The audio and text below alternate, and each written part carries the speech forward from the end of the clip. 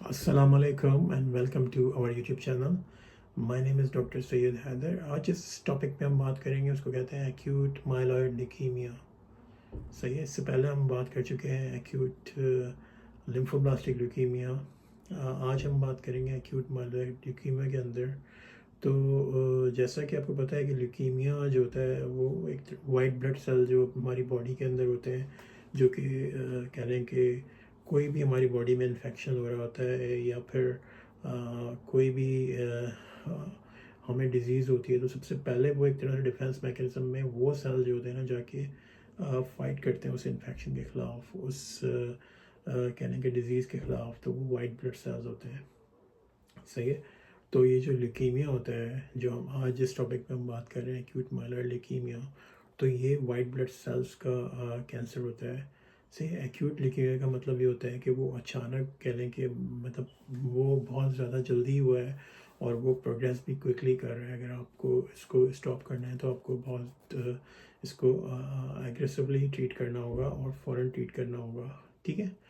तो इसको acute leukaemia जो होता है या एएमएल जो होता है, उसके अंदर दो तरह के वाइट ब्लड सेल्स होते हैं। एक तो मोनोसाइट होते हैं और ग्रैनुलोसाइट होते हैं, जो कि मोलाइड स्टेम सेल से आ रहे होते हैं। ठीक है। एक तरह से ये मोलाइड स्टेम सेल्स होते हैं जो कि आपके ब्लड के थ्रू, बोन मैरो के थ्रू बन रहे होते हैं। तो मोनोसाइट ग्रैनुलोसाइट जो होते हैं माइलॉइड स्टेम सेल से आ रहे होते हैं, जबकि लिम्फोसाइट जो होते हैं वो लिम्फोइड स्टेम सेल से आ रहे होते हैं। ठीक है। तो इस तरह से कह लें कि हर सेल्स जो होता है उसकी एक कॉलोनी है या एक जगह है जहाँ से वो हमारी ब्लड के अंदर बन रहे हैं। ठीक है। जिस तरह आपको बताया है कि white blood cell monocyte granulocyte जो होते हैं माइलॉइड स्टेम सेल से आ रहे होते हैं, इस तरह लिम्फोसाइट जो होते हैं वो लिम्फोइड स्टेम सेल से आ रहे होते हैं। इसी तरह बॉडी जो होती है वो एंटीबॉडीज़ बना रही होती है जो कि इन्फेक्शन के ख़िलाफ़ एक्टिवेट होती हैं। ठीक है। या बी लिम्फोसाइट्स या टी लिम्फोसाइट। सही है। तो इस तरह से ये कह लें कि ल्यूकीमिया में क्या हो रहा है कि बेसिकली वाइट ब्लड सेल्स का है।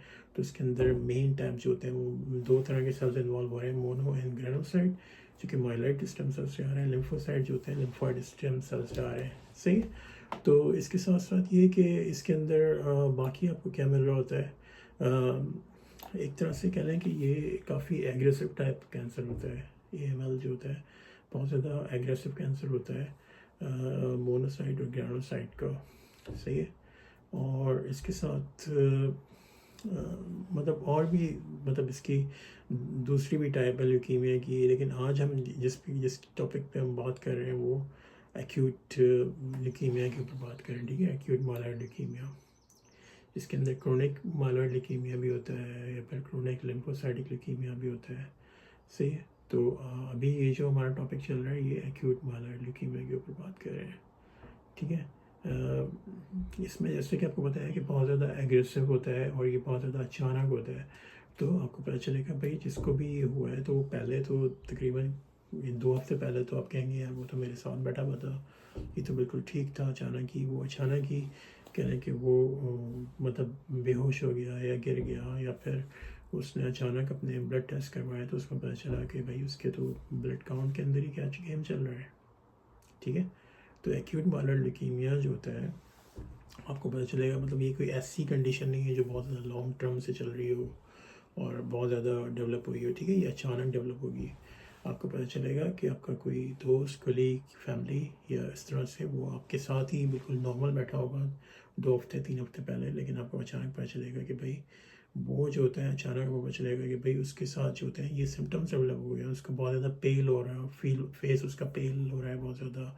वो जो होता है कंप्लेन कर रहा है टायर्डनेस और की, वीकनेस की, या कोई जॉब पे नहीं आ रहा, बता रहा है कि भाई I am not feeling well, breathlessness मिल रही है। ठीक है। सांस लेने में डिफ़िकल्टी आपको बताएगा वो कि भाई मुझे जो है ना सांस नहीं लिया जा रहा सही।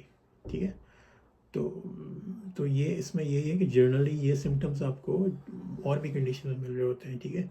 तो इसमें आपको रूल आउट करना होता है, वो आपको ब्लड टेस्ट के थ्रू पता चलेगा या फिर आपकी अपनी जो क्लिनिकल नॉलेज है या आप इसके थ्रू पता चलेगा, या फिर वो उसको बहुत ज़्यादा इन्फेक्शन हो रहे होंगे, फ्रीक्वेंट इन्फेक्शन हो रहे होंगे अचानक ही। सही है। और इसके साथ साथ हमने उसमें भी बात की थी कि एल में कि भाई ब्लीडिंग मिल रही होगी या फिर ब्रूजिंग मिल रही होगी बहुत ज़्यादा। इस जब आप देखेंगे कि उसकी स्किन के ऊपर ब्रूज मिलेंगे आपको, ब्लीडिंग की कंप्लेन होगी, गम ब्लीडिंग होगी या नोज़ ब्लीडिंग इस तरह से मिल रही होगी, ठीक है। तो ये सारा जो चल रहा है गेम, ये सारा आपको जो है एक्यूट माइलर ल्यूकीमिया के अंदर मिल रहा है, सही है।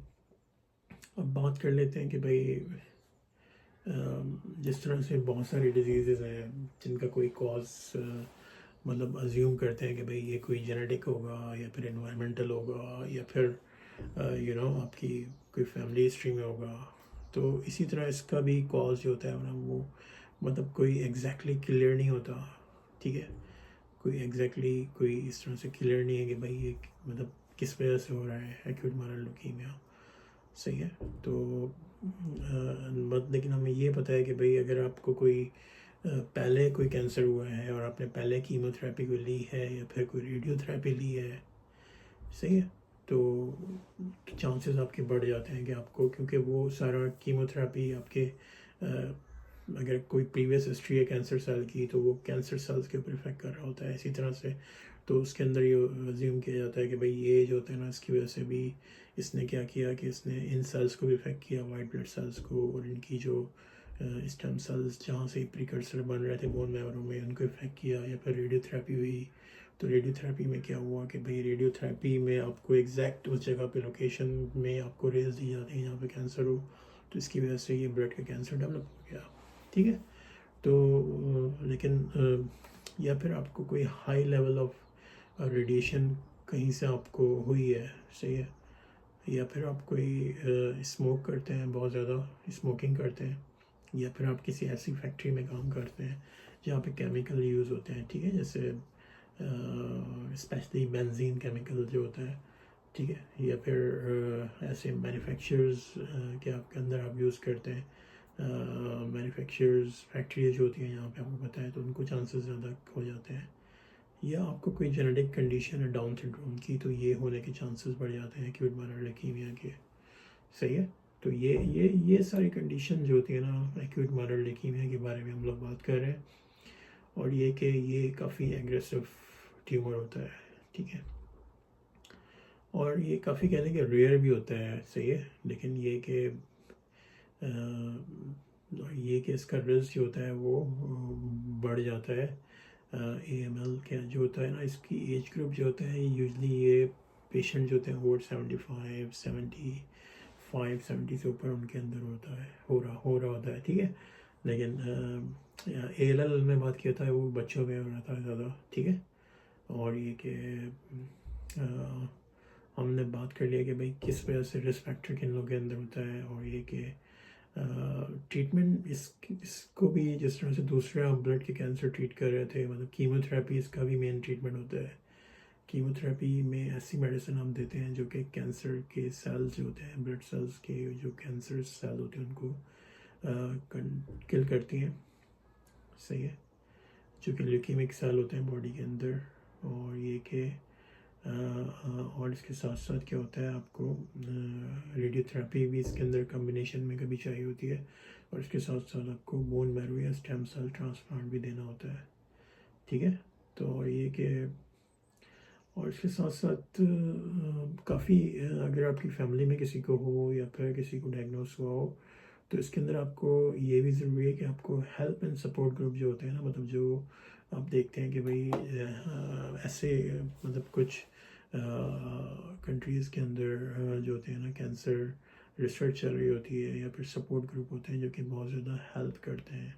इसमें आपको बताते हैं कि भाई अगर आपको डायग्नोस हो गया है तो आपको किस तरह से किन किन बातों में अमल करना है और क्या क्या चीज़ें आपके लिए हेल्पफुल रहेंगी, ठीक है। तो और ये कि इसमें ये भी है कि भाई अगर आपको डेवलप हो गया है और आपको मतलब किस तरह से आप रिकवर करेंगे, ये हेल्प एंड सपोर्ट ग्रुप ही आपको बता रहे होते हैं, ठीक है। तो आपको भी चाहिए कि आप किसी से कांटेक्ट करें, ऐसे लोगों से या फिर ऐसे सपोर्ट ग्रुप के साथ या ऐसे मतलब ग्रुप जो कि हेल्प कर रहे हो उसके अंदर आपकी, ठीक है। इसके अंदर और ये कि जैसा कि आपको बताया था कि रिस्क ज़्यादातर उन लोगों में होता है जिनके अंदर कोई रेडिएशन एक्सपोजर हुआ हो, या फिर पहले रेडियोथेरेपी हुई हो, या बेंजीन या स्मोकिंग करते हैं वो, या फिर क्योंकि बेंजीन जो होता है ना ये पेट्रोल के अंदर भी होता है, रबड़ इंडस्ट्री में भी होता है, और ये कि इसके साथ साथ जो लोग वहाँ पे काम कर रहे होते हैं, सिगरेट स्मोक में भी होता है, मतलब सिगरेट आपके जो स्मोकिंग आप कर रहे होते हैं उसके अंदर भी होता है, ठीक है। तो ये काफ़ी बढ़ा देता है रिस्क, सही है। और इसके साथ कुछ ब्लड डिसऑर्डर भी होते हैं, सही है, जैसे पॉलीसाइथीमिया होता है जिसके अंदर रेड ब्लड सेल बढ़े होते हैं, उसमें भी कहते हैं कि चांसेस होते हैं कि AML का रिस्क जो होता है बढ़ जाता है। या हमने डिस्कस किया था जेनेटिक डिसऑर्डर डाउन सिंड्रोम है, उसके अंदर भी रिस्क जो होता है इसका बढ़ जाता है, ठीक है। ट्रीटमेंट हमने बात कर ली, इसके अंदर भी chemotherapy, radiotherapy, bone marrow transplant, और फिर इसके अंदर भी बोन मैरो मैप चीर के देखते हैं कि मतलब क्या इसका प्रॉपर डायग्नोज बनाते हैं उसका कि भाई किस तरह से है, ठीक है। और ये कि इसमें फिर आपको ट्रीटमेंट प्लान बताते हैं कि भाई ये ट्रीटमेंट प्लान है आपका, सही है।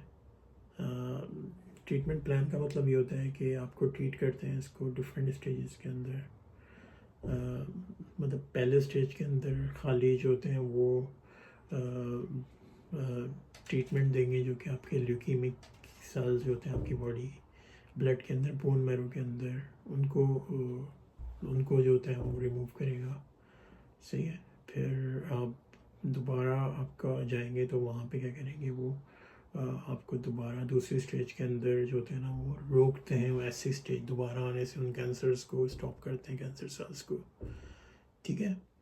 और ये कि फिर इंटेंसिव कीमोथेरेपी करते हैं, और मतलब वो कीमोथेरेपी मेडिसिन जो होती है ना वो एक तरह से रिमूव कर देती है आपके कैंसर सेल, आपके ब्लड से भी, बोन मैरो से भी, ठीक है। लेकिन ऑफ कोर्स इसके साइड इफ़ेक्ट्स होते हैं जो कि आपको मतलब साइड इफ़ेक्ट जितने भी इसके होते हैं वो आपको जो होते हैं ना महसूस होते हैं सारे, सही है। और ये कि इसके साथ साथ आपको ब्लड ट्रांसफ्यूजन भी चल रहे होते हैं, ठीक है, क्योंकि जो एबनॉर्मल सेल्स होते हैं ब्लड के अंदर तो दोबारा से आपको ब्लड दे रहे होते हैं ताकि उसके अंदर नॉर्मल सेल्स ही मौजूद हों। लेकिन इस दौरान आप काफ़ी सस्पेक्टेबल हो जाते हैं इन्फेक्शंस के, क्योंकि आपकी इम्यूनिटी वीक होती है तो बहुत से इन्फेक्शन आपको हो रहे होते हैं, सही है। और जब भी ऐसे इन्फेक्शन को रोकने के लिए आपको एंटीबायोटिक भी प्रिस्क्राइब की जाती है ताकि आपको इन्फेक्शन ना हो, ये अगर हो गया है तो इन्फेक्शन तो उसको ट्रीट करते हैं, सही है।